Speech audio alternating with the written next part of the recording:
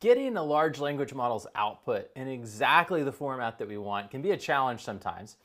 So the next pattern that I'm going to teach you about is going to help you get exactly the format you're looking for and tell ChatGPT where you want the information that it's producing put into the format. So you're basically going to give it a template, and then ChatGPT is going to go and fill in your template.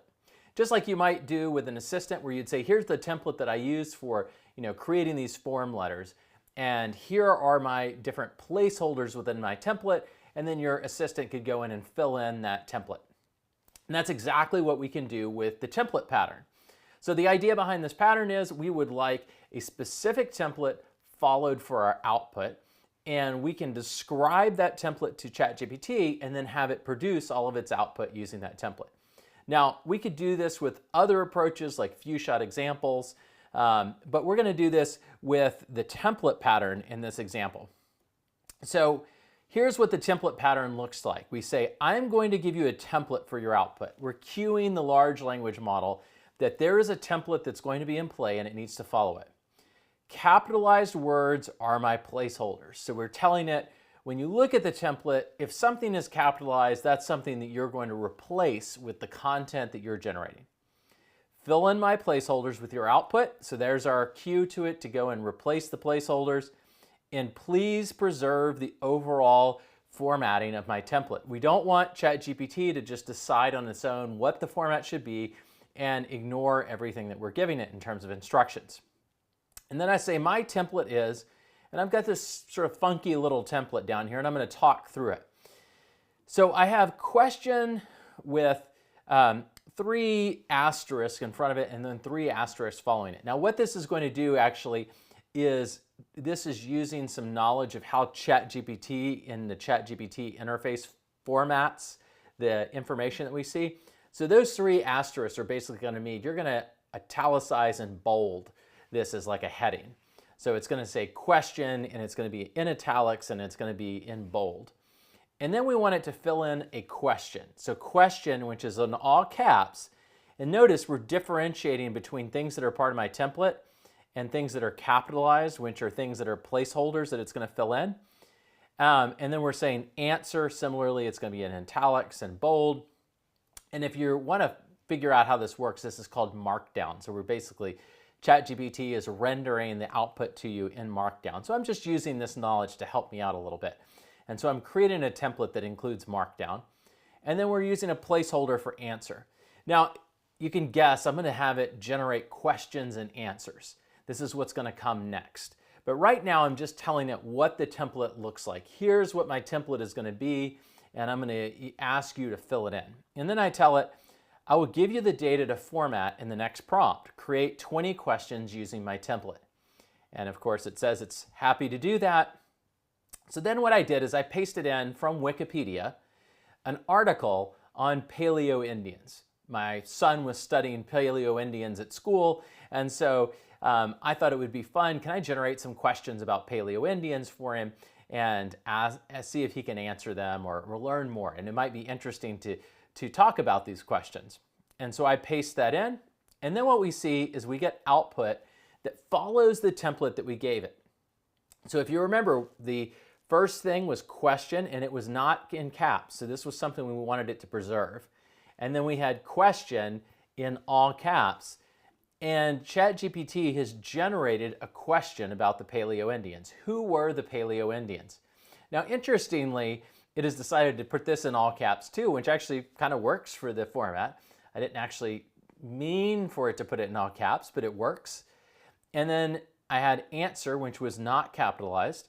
And then I had answer with something to be filled in that was in all caps, and it fills in the answer. So it's creating questions about Paleo-Indians. Who were the Paleo-Indians? And then it's filling in the answer to the question. But the whole thing is structured using my template. And I told it generate 20 of these questions. And so it's basically repeated my template 20 different times, but filling in the content. Now, notice these are like really powerful placeholders. The placeholder I gave it was question. And so it has to understand what is the meaning of the word question. It looks at and has to understand to some degree, and people may argue it's not really understanding anything, it's doing something else. I'm going to talk about it in terms of understanding because I think that's a natural way to talk about it. If we later discover it doesn't really understand, it doesn't matter. The template pattern is a great way of using this, and it's easier to talk about it in terms of understanding. So it's understanding the placeholder, that it means question, that your question that you generate should go here. And then it's understanding answer. Answer is where the answer to the question should go. And it knows from my prompt that it's supposed to generate 20 of these questions based on the content I'm giving it. So it's extracting 20 questions about the Paleo-Indians and producing the question and the answer and formatting it according to my template like we see here. And we get a bunch of questions that we could go and then have a discussion about. So there's a first example of it. We can also go and take it and say, take this a little bit further. So I took my colleague Doug Schmidt and I imagined like, well, what if I wanted to go meet Doug Schmidt for the first time and I wanted to try to know something about him and have something to talk about and make sure I was versed on his background so I could intelligently talk about what he was doing, what he was interested in, his background. And so I just took his web page here. Now, ChatGPT explains to me, hey, I may not have a version of this web page before 2021. It's kind of fascinating that it actually is able to take information from a web URL. It's a little trick. It may not be up to date. Of course, you should, if you're going to use this before meeting somebody, own the information and make sure it's actually correct, but it could give you a starting point. And so then it goes and generates 20 questions using the format that I gave it about my colleague, Doug Schmidt. Now, looking at the questions so far, they seem pretty good. Now, if we wanted to do this in a more reliable way, we could have pasted in the actual questions or paste in the actual information from his web page in order to get information about him and generate 20 questions. Now, I'm going to show you another example because I talked a little bit about these placeholders, that they're not just placeholders. Like there's a real deep understanding of the meaning of the placeholders when you're using the template pattern. You don't just have to think of them as being really easy to match. They can also be kind of smarter placeholders, a placeholder that you might give to another human being if you wanted to explain to them how to use the template you're providing. So let's look at this example. I'm giving it the same sort of preamble for the template pattern. I'm still using capitalized words. I'm still using Markdown to try to get this formatted in a way that I want. In this case, it's going to create headings wherever I have these hashtags. And so what I'm doing is I'm saying bio and name. So I'm going to paste in information about a history of Vanderbilt. And I would like to get basically a list of people from that history of Vanderbilt. And I want the names of the people, and then I want an executive summary for each person and a full description for each person. Now, I'm stating that my executive summary is a one-sentence summary.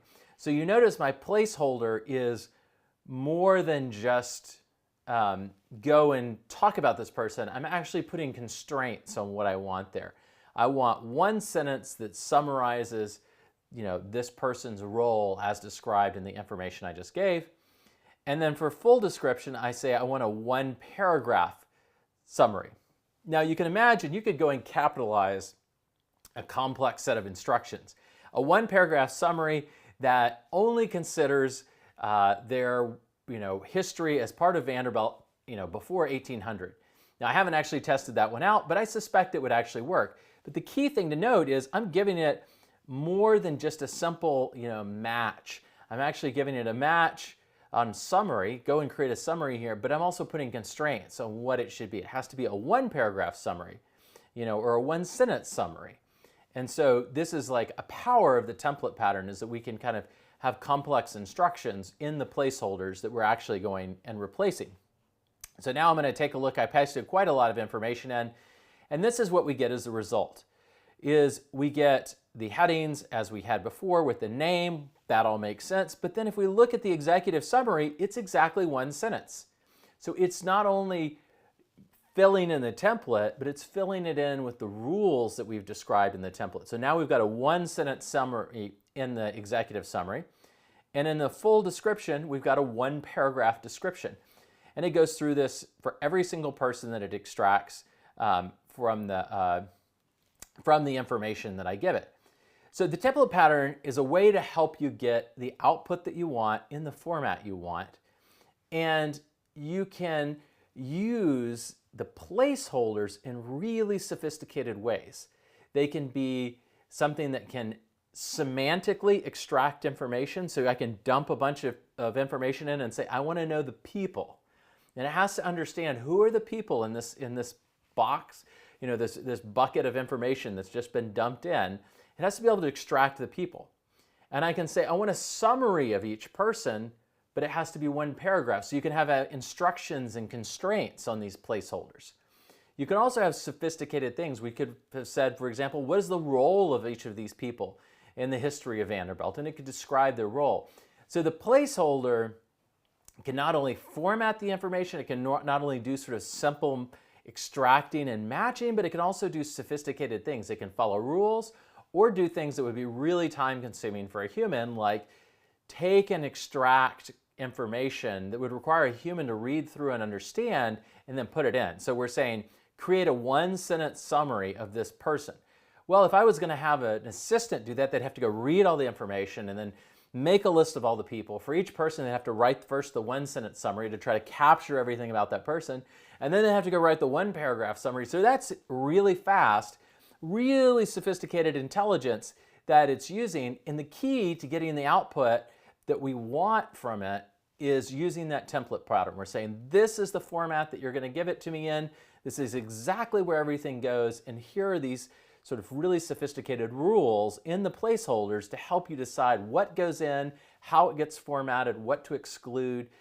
It's a really, really powerful pattern for getting information in the format that you need and getting the right information put into that template.